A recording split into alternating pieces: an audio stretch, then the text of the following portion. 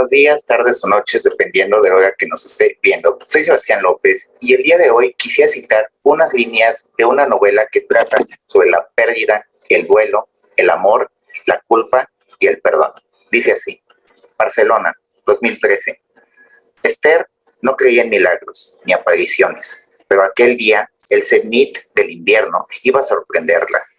El 1 de enero de 2013, el presentador del noticiero de la mañana dijo que ese año habría más frío que el anterior, cuando buena parte de Cataluña amaneció cubierta de nieve. La estación duraría más y pese a ello, esas vacaciones no faltaron los bañistas noruegos o finlandeses en las playas de Barcelona o Casta de Fels, sintiendo que estaban en el país tropical que sus coordenadas nórdicas no ofrecían. Ella los identificaba en la ramba en dirección al mar. Para algunos, los recién llegados, Barcelona era una fiesta. Este es el comienzo de Niebla Ardiente, publicada por la editorial Alfaguara, la primera novela de Laura Baeza, quien es una joven escritora, narradora y editora. Ella estudió la licenciatura en literatura en la Universidad Autónoma de Campeche y cursó estudios de narratología y literatura comparada en la Universidad Autónoma de Barcelona. Le hemos visto colaborar en revistas como Tierra Adentro, Pinche Chica Chic, Letras Libres y Magis. Ha sido ganadora de los Juegos Florales Nacionales Universitarios 2013 por Al fondo se ve al mar, el Premio Nacional de Cuento Breve Julio Torri 2017 por Ensayo de Orquesta, el Premio Nacional de Narrativa Gerardo Cornejo 2017 por Época de Cerezos. Su obra forma parte de una antología de cuentos también del concurso polichinela.com, Ruta 80 y Sin Mayoría de Edad, entre otras compilaciones, por supuesto. Una pluma que tiene mucho dinamismo, varias vertientes que conforman a la obra para hacerlo una persona íntegra, compleja en sus temas literarios. Con ella es con quien conversaré. Hola Laura, gracias por estar acá. ¿Cómo estás? Muy bien, muchas gracias. Al contrario, el agradecido soy yo. Cuando dije tu presentación, mencionaba que cursaste estudios en la Universidad Autónoma de Barcelona. Hago este énfasis porque el lugar donde radica tu primera novela es justamente en dicha capital de España. Me gustaría empezar por ahí. El mundo que habitas y los lugares que has visitado, ¿qué papel influyen a la hora de contar tus historias? En el caso de esta novela sí son bastante primordiales porque igual pasé parte de mi infancia en una zona de Veracruz que se llama Costa Esmeralda y cerca de ahí está Martínez de la Torre. Eh, Actualmente vivo en la Ciudad de México, que también es un escenario de la novela, y el tiempo que estuve en Barcelona fue la génesis de esta historia. Fue cuando comencé a imaginarme cómo sería escribir la vida de estas dos hermanas. Entonces siento que sí representan bastante, al menos en esta obra, y creo que otros sitios también un poco en algo más que escrito. Me parece curioso que también tienes estudios en música. Sin embargo, ¿en qué momento de tu vida decides estudiar letras? ¿Tuvo algo que ver este estigma que el músico en el país no pueda aspirar a tener una buena vida o simplemente fue por tu pasión como lectora? Pues nunca menosprecié la carrera musical, al contrario, le tengo muchísimo respeto y por eso preferí estudiar letras, la verdad. Me interesaba más la carrera de letras, me interesaba más la lectura y la escritura que la música. La música me encanta y la respeto muchísimo al grado que prefiero no dedicarme a ella. ¿En qué punto de tu vida te acercas a la literatura? Pues siempre me interesó desde niña, desde muy pequeña me encantaba leer, inventaba historias, fabulaba todo el tiempo, pero creo que comencé a leer con mayor disciplina, no sé, a los 12 o 13 años, que descubrí las bibliotecas. Antes yo no, en casa no había libros y tampoco era asidua a las bibliotecas porque no existían los medios para tener alguna biblioteca cerca, pero ya en la secundaria que empecé a leer más y consulté otro tipo de acervos, ahí me dije, bueno, yo quiero ser escritora, yo quiero dedicarme a esto y quiero que mis libros se lean en muchos lugares. O sea, ya era una idea fija en mi mente adolescente y ya pensaba en la carrera literaria como forma de vida.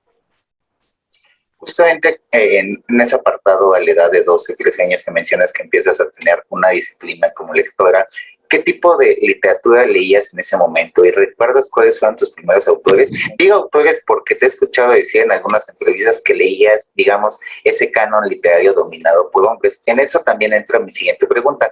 ¿En qué momento de tu vida como lectora descubres autoras?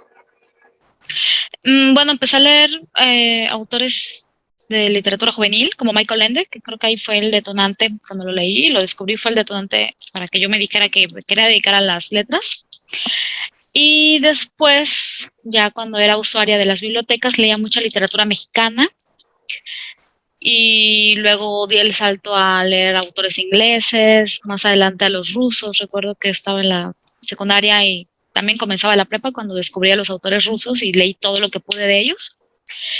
Y en cuanto a la dominación de autores y no autoras, pues yo creo que muchas de mi generación también nos formamos leyendo más autores porque era lo que había y era lo que estaba en el plan de estudios y era lo que de una forma u otra nos hacían ver que era la literatura. Y yo empecé a leer autoras ya muy grande. Creo que recientemente, de unos años a la fecha, es que he volteado la mirada a mis contemporáneas y a nuestras maestras con muchísima vergüenza, pero pues tardé demasiado tiempo en darles la importancia que se merecen. Y voltear a ver la literatura escrita por mujeres me ha abierto muchísimo los ojos. No tengo que demostrarle nada a nadie validándome con una opinión de un canon cuando estoy en constante crecimiento y descubrimiento como autora. Tus primeros escritos publicados tienen que ver con el relato corto, es decir, con el cuento. ¿Qué libertad como autora te da este mismo género literario o en el sentido contrario te reduce en cierto tema que quieres exponer? No, bueno, publiqué 2 libros de cuento antes, 3 en realidad, porque tuve muy buena suerte de entrar a través del cuento. Sin embargo, la novela también me interesaba y yo creo que el cuento requiere muchísima disciplina, tanto para uno como autor como para el lector. Al lector se le exige muchísimo cuando se trata de un libro de cuentos. Y para mí es la formación constante. Escribir cuentos, hay historias que nada más se pueden escribir en cuentos y me parece fascinante y es un laboratorio increíble también la experimentación con el lenguaje a través del estilo de un cuentista. Me parece sorprendente. La novela es otro universo, sin embargo, siento que quienes escriben cuento o escribimos cuento no necesitamos cambiar de un género a otro por obligación. Podemos desarrollarnos perfectamente en un solo género como Borges, salvando las distancias entre Borges y nosotros, o entre Borges y yo. Pero se trata de un género con el que el autor se tenga que sentir cómodo, no intentar moverse de un lado a otro nada más por alguna imposición comercial. Y justamente ahora con Niebla Ardiente tienes otra perspectiva, otra actividad literaria. Decía Julio Cortázar que una novela no tiene personajes buenos o malos, pero creo que en esta lectura de tu novela sí hay un personaje o una atmósfera que es el que corrompe a tus personajes. Me refiero a la desaparición. El tema de la desaparición de una chica en tu historia parte de la realidad que como mujer estás viviendo en un país tan machista y feminicida como lo es México. Totalmente, es una de mis grandes preocupaciones de unos años a la fecha. Y también ahora que hablo mucho más de la novela, porque estoy en el proceso de darla a conocer y demás, veo que que las desapariciones también en realidad son injusticias en todos los niveles, porque una mujer sin documentos o una mujer de un estrato social no tan privilegiado desaparece y ni siquiera resulta una búsqueda. Entonces, igual para ese tipo de pérdidas hay una discriminación terrible y son varias cosas que me resuenan más en los últimos meses. Hay un potencial en tu historia que me parece interesante, que es la investigación que haces sobre las relaciones familiares, específicamente entre madres e hijas, entre hermanas. Sin embargo, hay algo que te hace destacar. En este caso es la ausencia de una figura paterna. ¿Qué complicaciones tuviste a la hora de plasmar esta realidad de muchas mujeres que tienen que lidiar solas y juntas al mismo tiempo por esta ausencia paternal? Me imagino que fue un proceso desgarrador para ti. Desgarrador, quizá a medias, porque yo también vengo de una familia fragmentada y de una familia configurada de muchas formas y con apoyo de otras familias. Entonces, lo que hice fue plasmar mi realidad y la realidad de creo que la mayoría de los mexicanos, o si no de la mayoría, pues al menos de buena parte. Y también era ver lo incómodo que resulta el tema, a pesar de que en los últimos años se habla mucho más de los cuidados, de las maternidades, de las paternidades, ya sea presentes o ausentes. ¿Y en qué punto de tu carrera literaria decides empezar a escribir Niebla Ardiente? La pensé hace mucho tiempo, de hecho, por eso la novela en la parte de Barcelona está fechada con 2013, que fue el año en el que yo estuve ahí, y el año en el que se me ocurrió la novela.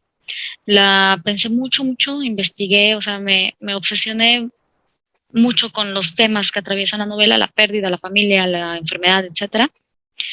Y decidí escribirla en el 2017, pero pues prácticamente escribí 3 libros de forma simultánea, porque mis otros 2 libros de cuentos salieron de mí prácticamente durante los mismos meses que la novela. Entonces estuve trabajando de forma muy intensa algunos meses con estos 3 libros y siento que la novela no salió sola, sino salió acompañada pues, de prácticamente todo lo que he producido. Y justamente en esa combinación de todo lo que has producido es que nace Esther, que es la protagonista de tu novela. Ella nos lleva en todo tu acompañamiento narrativo. ¿Por qué ese interés de concebirla como un personaje que tiene que lidiar la pérdida tanto física como emocional para repararse ella misma? Al final creo que Niebla Ardiente es una deconstrucción y una construcción al mismo tiempo, ¿no? Pues todos los personajes se corrompen, pero al final se construyen para sanar, como una metáfora de sanar, vaya la redundancia, pese a la adversidad y desde el interior, que es la familia, el amor, la amistad y el acompañamiento. Pues necesitaba, bueno, yo quería darle una profundidad a este personaje y que no fuera el arquetipo de la hermana muy buena o la hermana muy mala o solamente el dolor de la pérdida, porque el dolor también va escalando distintos niveles. En algún punto la novela también habla acerca del alivio que sienten algunos personajes de desprenderse y, bueno, sin dar spoilers, porque creo que en este instante me resulta un poco complicado, pero quería profundizar muchísimo en las relaciones más complejas, que son las relaciones familiares del núcleo, de madres, hijas, principalmente las relaciones entre mujeres, hermanos, hermanas, etcétera.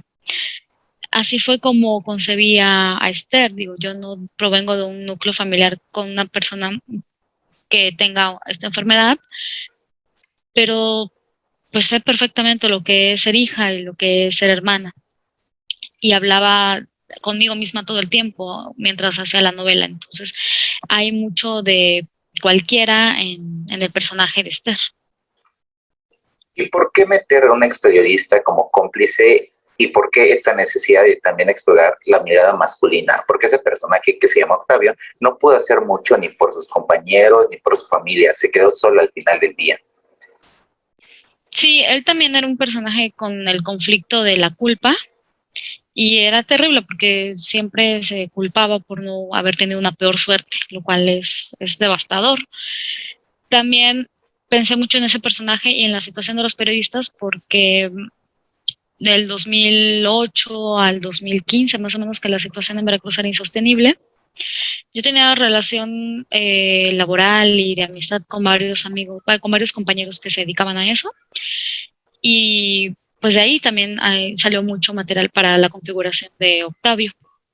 Me interesaba también la mirada masculina, no nada más desde la ausencia como el padre de estas chicas, sino desde el acompañamiento. Y por eso están Octavio y Bernardo de esa manera.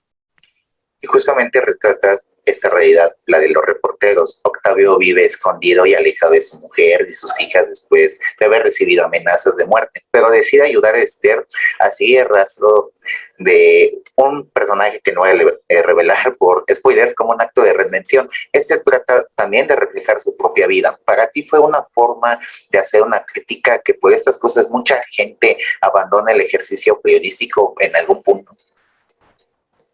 Sí, sí, también es para salvaguardar la integridad propia y de los más cercanos, pero lo que lo mueve a él es que es ese sentimiento de culpa de no haber podido hacer más por quienes lo acompañaban en algún momento y que era un apasionado de su profesión, entonces no podía abandonarlo del todo.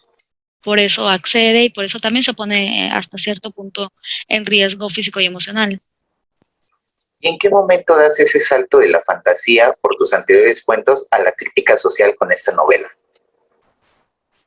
Creo que siempre había estado presente en lo que he escrito, la crítica social, desde mi primer libro de cuentos, que trata sobre músicos en situaciones vulnerables gracias al sistema o a pesar del sistema. Y el otro también tenía que ver con, pues, con una fallida explosión nuclear. Así que siempre el tema social ha estado ahí asomándose y ahora con la novela, pues, el mismo discurso me exigía más. Y en ese mismo discurso, ¿consideras que los vínculos de los que hablas son estrechos y que la pérdida de uno de los miembros es la causa de una separación?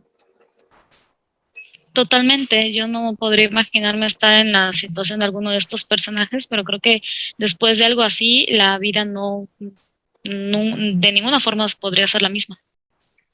Y cabe mi siguiente pregunta. ¿Para ti la relación que tenemos como hijas con la madre es la más importante de todas? Pues de momento para mí sí, porque yo no soy madre. En el momento, si algún día llegara a ser madre, pues yo creo que ya sería la relación a la inversa. Pero yo creo que ahora en mi contexto sí. Justamente tú abordas la violencia de una manera nítida y esta misma es relevante dentro de la historia. ¿En qué momento decides explorar la violencia dentro de las sociedades que conforman nuestra cultura, desde las enfermedades y condiciones mentales? Ya me interesaba el tema desde hacía tiempo, pero no lo había profundizado tal cual ni de una forma tan extendida. Pero quería hablar también sobre el cerco que se construye alrededor de las personas que tienen alguna condición o no necesariamente van a padecer per se por esta condición, sino que la familia o los cuidadores crean una muralla para intentar, no sé, que el contexto no les afecte, aunque en realidad sí les está afectando. Niebla Ardiente no es una novela autobiográfica en sí, pero tiene elementos de historia propia. A menudo que leías las noticias, pensabas que querías abordar esta violencia, pero que no fue la protagonista. ¿Qué responsabilidad consideras que tiene una escritora a la hora de abordar estas temáticas? En este rubro se me ocurre a Mariana Enríquez o Fernanda Melchor, que abordan esto de un estilo totalmente diferente, ¿no? Sí, yo las admiro mucho, son mis referentes y las leo todo el tiempo y las he leído y releído hasta el cansancio, pero también creo que no es una obligación tal cual. Creo que sí es necesario que visibilizamos algunos temas, pero tampoco podría estigmatizar a las autoras que no lo hacen, porque la literatura no es para adoctrinar, sino es para dar una reinterpretación de la realidad. Y creo que la escritura es solitaria, pero pasa a ser colectiva cuando llega a los lectores. ¿Cuánto tiempo te tomó escribir Niebla Ardiente y estás contenta con el resultado obtenido en cuanto al recibimiento de la crítica literaria y los lectores que ya habías conseguido gracias a tus cuentos? Sí, estoy muy contenta porque es crear un vínculo y un puente entre lo que yo pienso y lo que yo hago y mucha gente que no tengo ni idea de cómo es que llegué a que me leyeran, pero me están leyendo y encuentran cosas ahí. Constantemente igual me llegan comentarios de personas que dicen que encontraron algo en la novela, que les resonó de cierta forma, entonces yo estoy súper, súper contenta. Y en cuanto al tiempo de la escritura, pues fueron 3 momentos. Uno fue cuando di con el tema, cuando el tema es como si de repente todo se hubiera acomodado para que yo pensara, bueno, quiero escribir esta historia. Y fueron, no sé, un par de años, que serán unos 3 años, 2, 3 años, más, ajá, como 3 años. Después me dediqué de lleno a escribirla y tardé algunas semanas escribiéndola. Y ya cuando por fin tuve lo que yo consideraba que era el manuscrito final, no resultó ser el manuscrito final, tuve que editarla y en el proceso de edición y de dejarla y luego retomarla y volver a trabajar en ella, también habrán pasado unos 2 años hasta que encontró cabida en la editorial. ¿Y de dónde viene el título de Niebla Ardiente? Uno de los personajes que también para mí es importante, Rebeca, en algún momento habla con sus hijas y les dice que ella proviene de un lugar donde la niebla es diferente, porque no es totalmente fría, sino que hay un proceso distinto en el entorno y en el ambiente y demás, y les dice a sus hijas que también en cierto momento ellas van a pensar en otro tipo de niebla, una fría, una distinta, y va más o menos de eso. Y justamente, ahorita que mencionas a Rebeca, tocas un tema que me parece vital, que es la salud mental en los niños. ¿De dónde nació esta necesidad por explorar las memorias o recuerdos de un infante? Michael Ende con Momo y la historia interminable fue una inspiración para ti, que es uno de tus autores referenciados, ¿no? Sí, totalmente. Yo me formé, bueno, no puede ser que me formé, pero sí, mi inquietud como lectora nació a raíz de esas dos novelas. Son pilares en cuanto a mi acercamiento a la literatura. Y ya me interesaba mucho hablar sobre la salud mental, pero no desde el aspecto del día de hoy, que se saben algunas cosas y que está normalizado. Bueno, está un poco más normalizado tratarse. Yo quería hablar de eso a través de una familia en una situación vulnerable, en un lugar también de difícil acceso y en los 90, que todo diagnóstico era malo porque no contábamos con las herramientas para diagnósticos positivos o diagnósticos certeros. Y también es el pequeño calvario que va atravesando esta familia hasta dar con un diagnóstico correcto que no era el que esperaban y fue lo que hizo que tomaran ciertas decisiones respecto a la salud de Irene. Y justamente te documentaste a través de especialistas o cercanos para abordar y evitar romantizar o hacer juicios sobre esa realidad tan compleja. Sí, un par de amigos psiquiatras me dieron material accesible para mi conocimiento porque yo no soy doctor ni soy una experta. Entonces necesitaba material bastante accesible, que es el mismo material que le dan a las familias de pacientes. Entonces, eso estuvo perfecto porque yo pude entenderlo como persona cercana, a pesar de que en mi familia, en mi núcleo eh, reducido, no hay una persona con una condición. Y también un par de amigas que sí tienen familiares cercanos con la condición, pues me dijeron cómo llevaban el proceso, cómo había sido, me relataron cómo fue todo el proceso del diagnóstico y cómo lo vivían al día de hoy en cuanto a medicación y demás, y hasta los episodios de crisis. Entonces su ayuda fue indispensable para poder trazar el personaje visto con los ojos de la familia. El personaje de Octavio, también te pusiste a investigar sobre el proceso laboral de los periodistas y los colectivos que siguen los casos de feminicidios y desapariciones. Y si es así, ¿qué impacto tuviste emocionalmente a la hora de acercarte a ellos?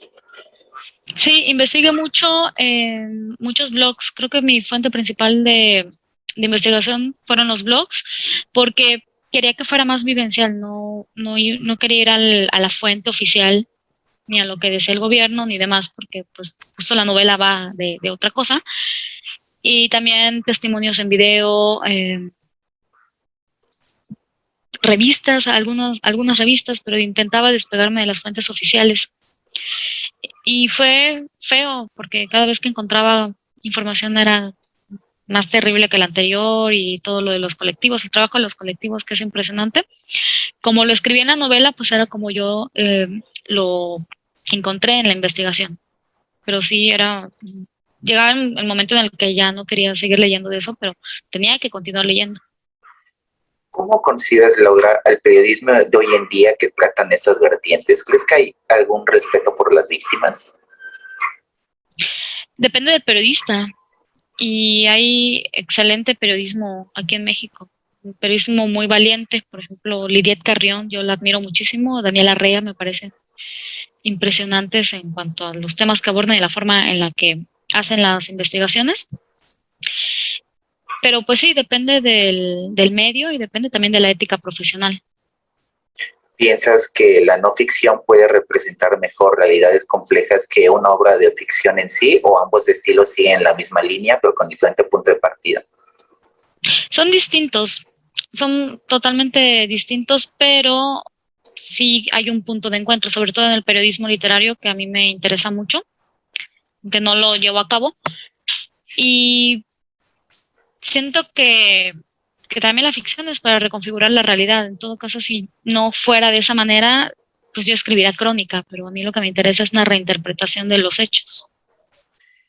Y justamente considero que al venir de estas referencias periodísticas, literarias, incluso de la propia familia fragmentada que me comentas, te interesa investigar y desmenuzar el pensamiento de los adolescentes. Para tu próxima novela que preparas, que justamente trata sobre el rapto adolescente, ¿qué podemos esperar de ella?